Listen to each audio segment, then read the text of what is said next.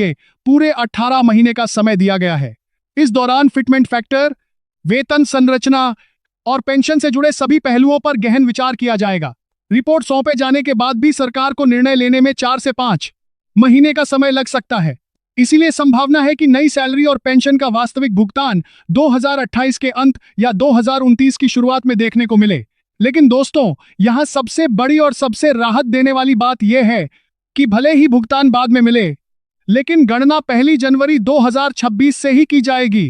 केंद्रीय मंत्री अश्विनी वैष्णव पहले ही स्पष्ट कर चुके हैं कि चाहे भुगतान 2027 में हो या 2028 में या 2029 में, लेकिन एरियर की गणना 1 जनवरी 2026 से ही होगी।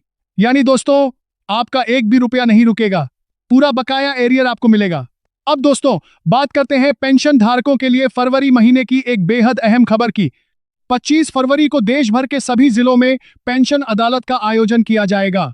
अगर आपकी पेंशन देर से आ रही है, पेंशन शुरू नहीं हुई है, फैमिली पेंशन में समस्या है, पीपीओ में डाटा मिसमैच है, ओआरओपी या एरियर को लेकर दिक्कत है, तो आप पेंशन अदालत में सीधे अधिकारियों के सामने अपनी समस्या रख सकते हैं।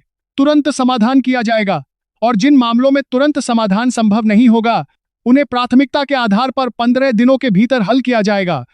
दोस्तों, अब एक बेहद जरूरी जानकारी बैंकों से जुड़ी। भारतीय रिजर्व बैंक ने मास्टर सर्कुलर 2026 जारी कर दिया है, जिसमें साफ निर्देश दिया गया है कि पेंशन भुगतान में देरी नहीं होनी चाहिए। अगर देरी होती है तो पेंशन धारक को ब्याज का भुगतान करना होगा। हालांकि इसके लिए आपको बैंक में लिखित आवेदन देना होगा और मास्टर सर्कुलर की प्रति आवेदन के साथ लगानी होगी। अब दोस्तों, 8वें वेतन आयोग को लेकर कुछ अहम मांगे भी कमेटी के सामने रखी गई हैं, जिनमें कम्यूटेशन रिकवरी अवधि को 15 वर्ष से घटाकर 12 वर्ष करने, पेंशन को टैक्स फ्री करने, महंगाई भत्ते के फॉर्मूले में बदलाव और न्यूनतम पेंशन को अंतिम वेतन का 70% करने जैसी मांगे शामिल हैं। साथ ही दोस्तों, लंबे समय से लंबित 18 महीने के एरियर का मामला भी सुप्रीम कोर्ट में विचाराधीन है। उम्मीद है कि फैसला कर्मचारी और पेंशन धारकों के पक्ष में आएगा। दोस्तों, यही वजह है कि यह समय आपके लिए बेहद महत्वपूर्ण है। दोस्तों, फरवरी महीने की पेंशन को लेकर एक जरूरी और राहत देने वाली जानकारी सामने आ चुकी है। अब पेंशन धारकों के बीच जो भ्रम और चिंता बनी हुई थी, वह धीरे धीरे समाप्त हो रही है। फरवरी महीने की पेंशन के लिए एडवांस इंटीमेशन का मैसेज आना शुरू हो चुका है और देश के ज्यादातर पेंशन धारकों को स्पर्श की ओर से यह मैसेज प्राप्त हो चुका है। इस मैसेज के माध्यम से पेंशन धारकों को पहले ही यह जानकारी दे दी जाती है कि उनकी पेंशन प्रोसेस हो चुकी है और निर्धारित समय पर उनके बैंक खाते में जमा कर दी जाएगी। वहीं जिन पेंशन धारकों को अभी तक एडवांस इंटीमेशन का यह मैसेज प्राप्त नहीं हुआ है, उन्हें घबराने या चिंता करने की बिल्कुल भी आवश्यकता नहीं है।